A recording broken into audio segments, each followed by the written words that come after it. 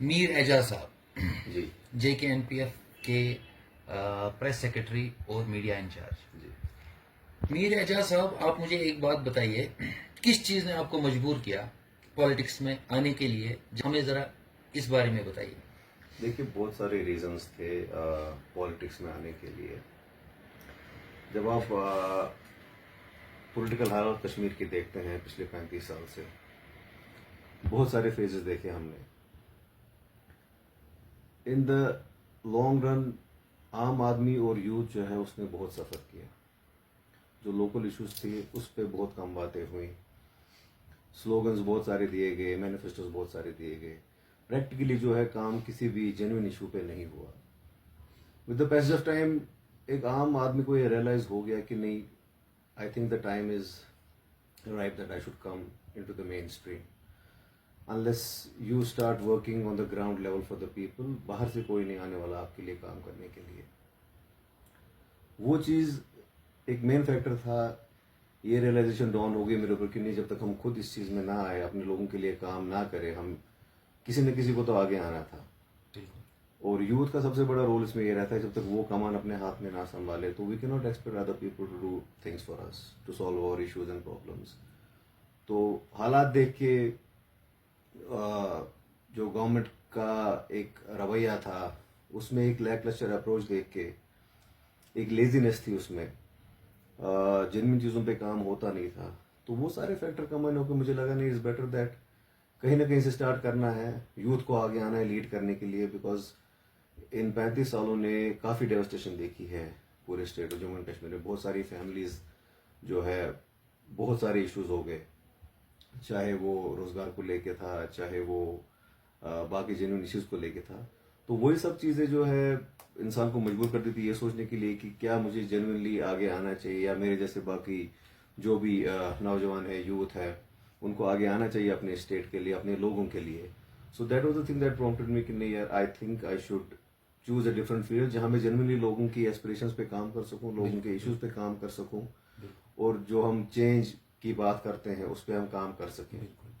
I would like कि जो भी यूथ आगे आना चाहे, जो जेन्युइनली ये चाहते हैं कि स्टेट में चेंजेस हो, अपने लोगों के लिए काम करना चाहिए, तो मेरे हिसाब से अब बैक फुट पे रहना ऑप्शन नहीं रहा।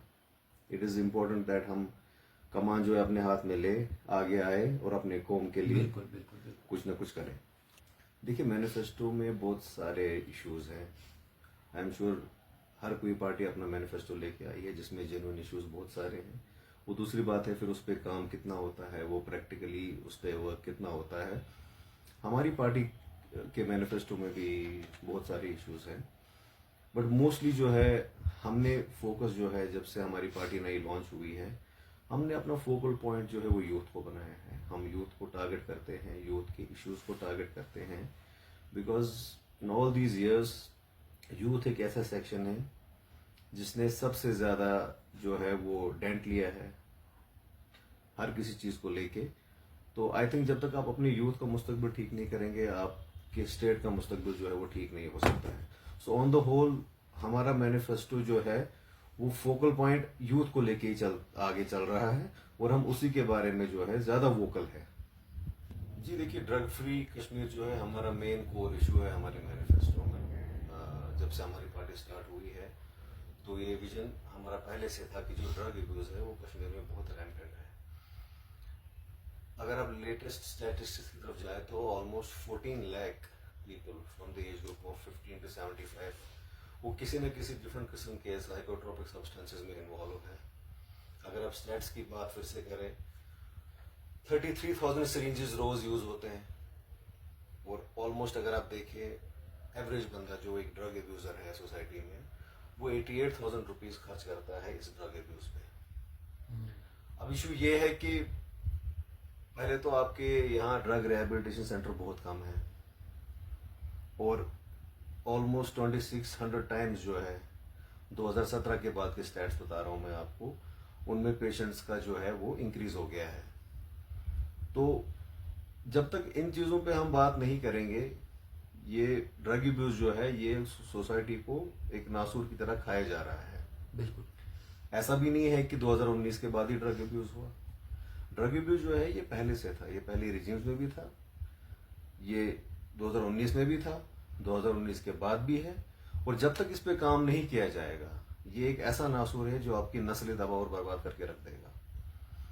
तो उसके लिए सबसे पहले तो हमारी यही कोशिश थी, एडमिनिस्ट्रेशन से भी हम बात कर रहे थे, गवर्नमेंट से भी हमने ये जिक्र किया इस बात का कि ड्रग रिहेबिलिटेशन सेंटर जो है वो ज्यादा से ज्यादा इंक्रीज करे।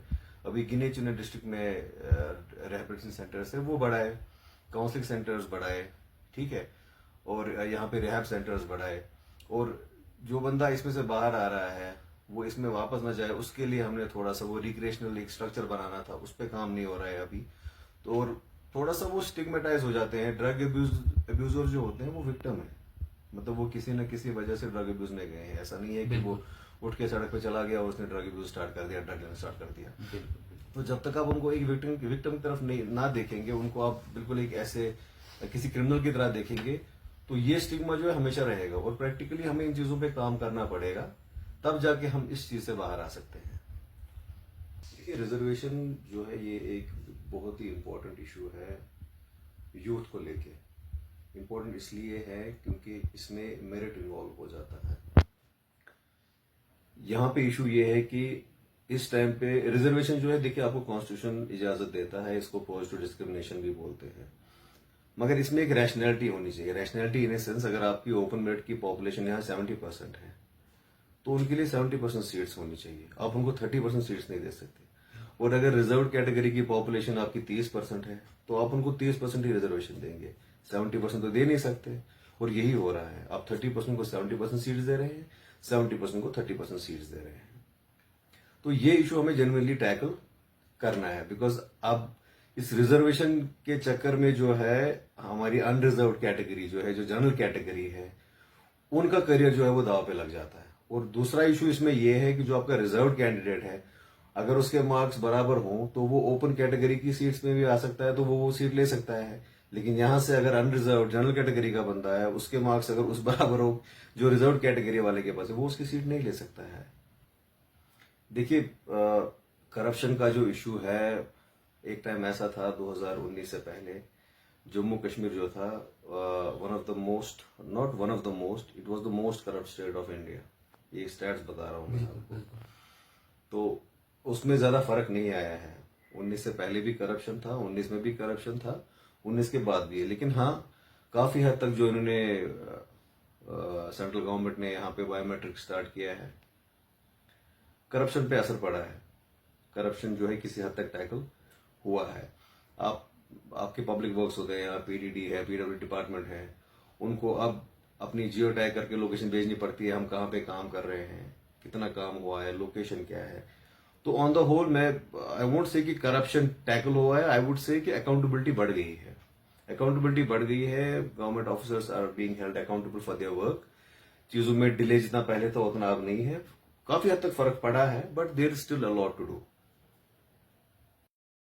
देखिए, अनएम्प्लॉयमेंट का जो इशू है ये सबसे बड़ा इशू है ड्रग यूज के बाद कश्मीरी यूथ को लेके। लेटेस्ट स्टैट्स की बात करें तो 29% ऑफ द पॉपुलेशन जो है, यूथ की पॉपुलेशन, वो अनएम्प्लॉयड है। अब इसके बारे में हमने गवर्नमेंट से भी बात की थी, हमने एडमिनिस्ट्रेशन से भी बात की थी, हमने कुछ स्टेप्स दिए थे उनको जो हम ले सकते थे इसको किसी हद तक टैकल करने के लिए, but I don't think on ground कुछ वर्क तब से हुआ है इसमें। उसमें हमने उनसे ये कहा था कि अगर आप नोएडा और गुरुग्राम की बात करें, वो भी एक नॉर्मल सिटीज थी पहले, लेकिन वहां पे बीपीओज और केपीओज का कल्चर आ गया। आपने वहां पे बाहर की कंपनीज आई, उन्होंने आउटसोर्स किया अपना काम, और उससे जो है काफी हद तक जो है एम्प्लॉयमेंट जनरेट हो गई इन स्टेट्स में। तो हमारा पहला प्रस्ताव गवर्नमेंट के सामने यही था कि ऐसे ही बीपीओज और केपीओज के साथ एमओयू साइन करे बाहर की कंपनीज के साथ, और यहाँ पे वो अपने सेंटर सेटअप करे, बीपीओ सेंटर्स, केपीओ सेंटर्स, जिससे हमें अच्छा खासा बूस्ट मिल जाएगा। उसके बाद हमने ये भी मेंशन किया था कि स्किल डेवलपमेंट सेंटर्स, हमारी सोसाइटी की सबसे बड़ी प्रॉब्लम ये है कि हम अपने बच्चों को सिर्फ पीएचडी कराना चाहते हैं, बट इसमें आगे कोई विजन नहीं है कि आगे जॉब्स अवेलेबल है या नहीं है, एम्प्लॉयमेंट मिलेगी या नहीं है। तो स्किल डेवलपमेंट सेंटर्स की बात हमने की थी कि आप 10+2 के बाद बेसिक स्किल्स पे जो है वो थोड़ा काम करें, यूथ को उसमें इन्वॉल्व करें, तो ताकि वो एक यंग एज में जो है इस कंडीशन में हो कि वो अपने आप को सपोर्ट कर सके, अपनी एजुकेशन को सपोर्ट कर सके और अपनी फैमिलीज को सपोर्ट कर सके।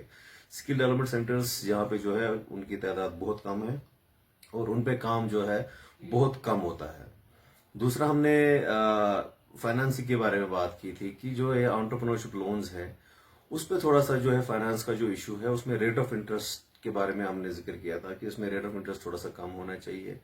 वो जो लोन्स है वो इजीली फैसिलिटेट होने चाहिए। जब तक आप वहां पे, जब ये स्टार्टअप्स होते हैं, जब तक आप वहां उनको फैसिलिटेट ना करें, जब तक आप उनके लिए वहां पे वो इजी ना करें, तो उनके लिए आगे चलना इजी नहीं होगा। कोई भी काम स्टार्ट करना इजी नहीं होता जब आपके पास फाइनेंस का इशू होता है। लास्ट में हमने ये भी कहा था कि कश्मीरी डायस्पोरा से हमने अपील की थी, हम इंडियन डायस्पोरा से अपील करते हैं कि वो अच्छी तरह से बाहर उन्होंने अपने वेंचर सेटल किए हैं तो वो यहाँ पे भी कुछ हिस्सा उसका आउटसोर्स कर सकते थे, वो यहाँ पे इन्वेस्टमेंट कर सकते थे, जिसकी वजह से यहाँ पे लोकल यूथ जो है वो उसमें एम्प्लॉयमेंट जनरेट हो जाती, स्टेट की भी डेवलपमेंट हो जाती और स्टेट का भी जीडीपी बढ़ जाता। तो इन इश्यूज पे हमने बात की थी और हम बात करते हैं और बात करते आ रहे हैं।